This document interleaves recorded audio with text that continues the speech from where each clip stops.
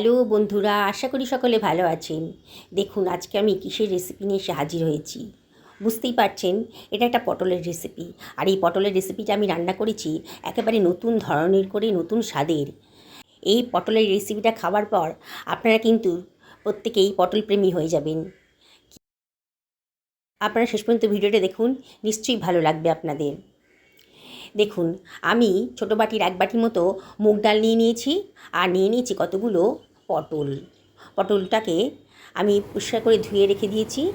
মুগ ডালটাকে আমি একটা কড়াই গ্যাস ওভেনে বসিয়ে দিয়েছি।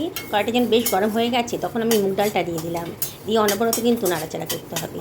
গ্যাসের ফ্লেমটা মিডিয়াম টু হাইতে রেখেছি, আর অনবরত নাড়ছি। দেখুন আস্তে আস্তে কিন্তু মুগ ডালের কালারটা চেঞ্জ হয়ে যাচ্ছে। তখনই আমি গ্যাসের ফ্লেমটা একেবারে লোতে করে দেবো। দিয়ে গ্যাসের ফ্লেমটা খানিকক্ষণ বাদে অফ করে দিয়েছি। কালারটা কিন্তু একেবারে চেঞ্জ হয়ে গেছে, আর মুগ ডালটা আমার ভাজা হয়ে গেছে। এবার মুগ ডালটাকে আমি একটা পাত্রের ভেতর নিয়ে নিলাম। নিয়ে আমি এটাকে গরম জলে ভিজিয়ে দিচ্ছি। আগে কিন্তু ভালো করে ধুয়ে নেব, গরম জলেই ধুয়ে নেব। উষ্ণ গরম জলে ভালো করে ধুয়ে নিতে হবে, কারণ মুগ ডালের ভেতর কিন্তু অনেক নোংরা থাকে। অনেকে কিন্তু মুগ ডালটা না ধুয়েই রান্না করেন। আমি কিন্তু মুগ ডালটাকে বেশ কয়েকবার গরম জলে ধুয়ে নিয়েছি। নিয়ে এটাকে আমি গরম জলে ভিজিয়ে রাখছি। এবার বাকি কাজগুলো সেরে নিচ্ছি। ঢাকা দিয়ে সরিয়ে রাখলাম। এবার যে পটলগুলো নিয়েছি সেগুলো আগেই তো বললাম আমি ভালো করে ধুয়ে পরিষ্কার করে নিয়েছি। এবার পটলের বোটার অংশটা আর মাথার দিকটা আমি কেটে বাদ দিয়ে দিচ্ছি। এবার আমি খোসাটাকেও ছাড়িয়ে নেব। পুরো খোসাটা ছাড়াবো না, কিছুটা কিছুটা খোসা আমি রেখে দেব। দেখুন আমি কিভাবে কাটছি। পুরো খোসাটা ছাড়িয়ে দিলে পটলটা একেবারে ন্যাতা ন্যাতা মতো হয়ে যাবে, ভালো লাগবে না খেতে তখন। সেই জন্যেই কিছুটা কিছুটা খোসা আমি রেখে দিলাম। দেখুন সমস্ত পটলগুলোকে আমার কাটা হয়ে গেছে। এবার পটলগুলোকে দেখুন আমি কীভাবে একটু কাট লাগিয়ে নিচ্ছি মাথার কাছে, পেছনের দিকে, আর বাকি গায়ের মধ্যেও ছুরিটা চালিয়ে দিয়ে একটু একটু করে কাট লাগিয়ে দিচ্ছি। এইভাবে যদি পটলগুলো কেটে নেন তাহলে পটলের ভিতরে মশলাগুলো ভালো করে ঢুকে যাবে, তাহলে কিন্তু খুব সুন্দর একটা টেস্ট আসবে। দেখুন আমি কিভাবে কেটে নিলাম। আমার সমস্ত পটলগুলো কাটা হয়ে গেছে।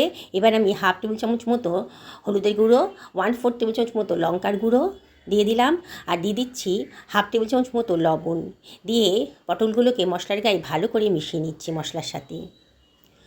প্রতিটা পটলকে ধরে ধরে নুন আর লঙ্কার সাথে ভালো করে মিশিয়ে নিতে হবে, মাখিয়ে নিতে হবে আর কি। তাহলে প্রতিটা পটলের মধ্যেই সুন্দর একটা টেস্ট আসবে। দেখুন আমার সবগুলো পটলকে কিন্তু লবণ আর হলুদ লঙ্কার সাথে মাখানো হয়ে গেছে। এবার আমি এটাকে সরিয়ে রাখছি। আমি তিনখানা, ঠিক মাঝারি বলা যাবে না, ছোটো সাইজের পেঁয়াজ নিয়ে নিয়েছি। এবার পেঁয়াজটাকে মাঝখান থেকে কেটে ওপরে সাদা অংশটা কেটে বাদ দিয়ে দিলাম।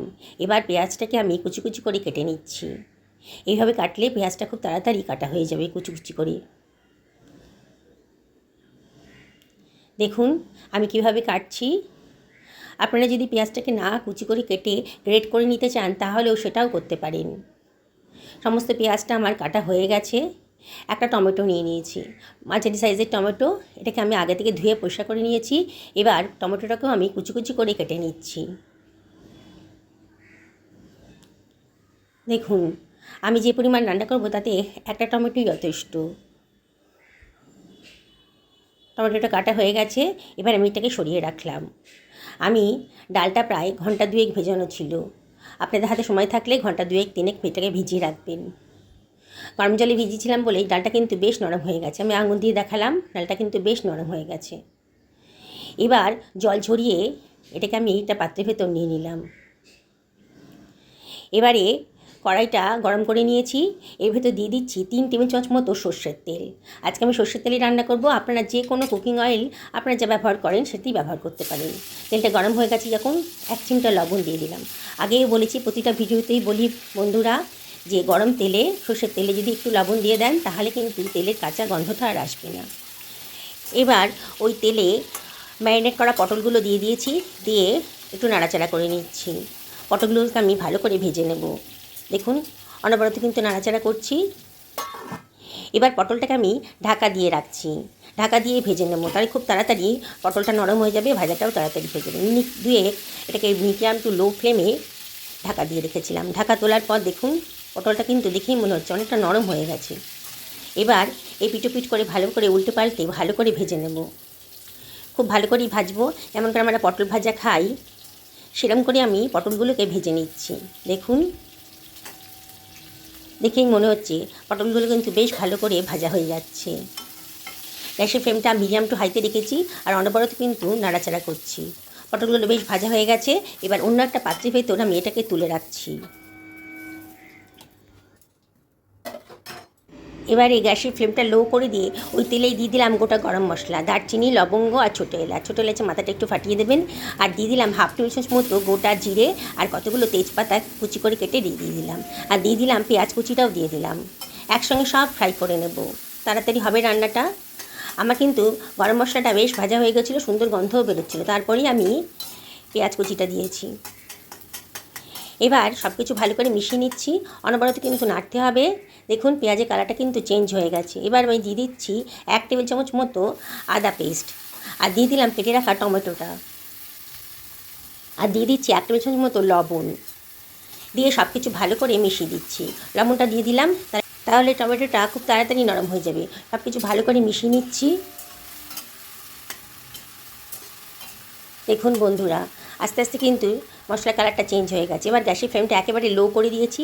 তারপর দিয়ে দিলাম হাফ টেবিল চামচ মতো হলুদের গুঁড়ো, 1 টেবিল চামচ ধনের গুঁড়ো আর হাফ টেবিল চামচ জিরের গুঁড়ো, আর দিচ্ছি হাফ টেবিল চামচেরও বেশি লঙ্কার গুঁড়ো। এবার একটুখানি জল দিয়ে দিলাম, দিয়ে মশলাটাকে ভালো করে কষিয়ে নেব। আপনারা ইচ্ছে করলে একটা বাটির ভেতর সমস্ত বেসিক মশলাগুলো দিয়ে গুলে নিয়ে তারপরে এটা দিতে পারেন। আমি ডাইরেক্ট একেবারে কড়াইতে দিয়ে দিলাম। লো ফ্লেম করে দিয়েছিলাম আর জল দিয়ে দিয়েছি। তারপরে ঢাকা দিয়ে রান্না করে নেব 2 থেকে 3 মিনিট মিডিয়াম টু লো ফ্লেমে। দেখুন মিনিট 3 বাদে কিন্তু মশলাটা ভালো করেই মনে হচ্ছে কষানো অনেকটাই হয়ে গেছে। দিয়ে আবারও এবার আর ঢাকা দেবো না, ভালো করে একটু কষিয়ে নিচ্ছি। দেখুন সুন্দর করে কষানো হয়ে গেছে। এবারে আমি দিয়ে দিচ্ছি ভিজিয়ে রাখা জল ঝরানো ডালটা। পুরো ডালটাই আমি দিয়ে দিলাম। গ্যাসের ফ্লেমটা এই মুহূর্তে একেবারে লোতে করে রেখেছি। তারপরে আবারও গ্যাসের ফ্লেমটাকে মিডিয়াম টু হাইতে করে সব কিছু ভালো করে মিশিয়ে নিচ্ছি। মশলার সাথে ডালটাকে ভালো করে কষিয়ে নেব। দেখুন অনবরত কিন্তু নাড়তে হবে, খুন্তি নাড়ানো বন্ধ করা যাবে না, তাহলে কিন্তু ডালটা পোড়ালে ধরে যাবে, কারণ খেতে ভালো লাগবে না। দেখুন বুঝেই হচ্ছে যে ডালটা ভালো করে কষানো হয়ে গেছে। এবারে আমি এর ভিতর দিয়ে দিচ্ছি গরম জল। অবশ্যই গরম জল দেওয়ার চেষ্টা করবেন এখানে, তাই ডালটা খুব ভালো করে সেদ্ধ হয়ে যাবে। এমন করে জলটা দিলাম যাতে ডালটার পুরোপুরি ডুবে যায়। এবার সব কিছু ভালো করে মিশিয়ে নিচ্ছি। এবার আমি এটাকে ঢাকা দিয়ে রান্না করব মিনিট 5 একেবারে হাই ফ্লেমে। 5 মিনিট হয়ে গেছে। দেখুন ঢাকাটা তুলে নিয়েছি। ডালটা কিন্তু এখনও দেখেই মনে হচ্ছে পুরোপুরি সেদ্ধ হয়নি, কতগুলো কাঁচা লঙ্কাও দিয়ে দিলাম। আবারও ঢাকা দিয়ে এবার একেবারে লো ফ্লেমে রান্না করব মিনিট 10। 10 মিনিট হয়ে গেছে। দেখেই মনে হচ্ছে ডালটা কিন্তু অনেকটাই নরম হয়ে গেছে। এবার একটু হাত দিয়ে দেখাচ্ছি। দেখুন 90% কিন্তু ডালটা সেদ্ধ হয়ে গেছে। গ্যাসের ফ্লেমটা এবার লোতেই রেখেছি। এবার দিয়ে দিলাম ভেজে রাখা পটলগুলো, দিয়ে সব কিছু ভালো করে মিশিয়ে নিচ্ছি। এই রান্নাটা একটু মাখো মাখো হবে, তাই আর জল দিলাম না। এবার দিয়ে দিচ্ছি কতগুলো কিশমিশের দানা, খেতে খুব সুন্দর লাগবে।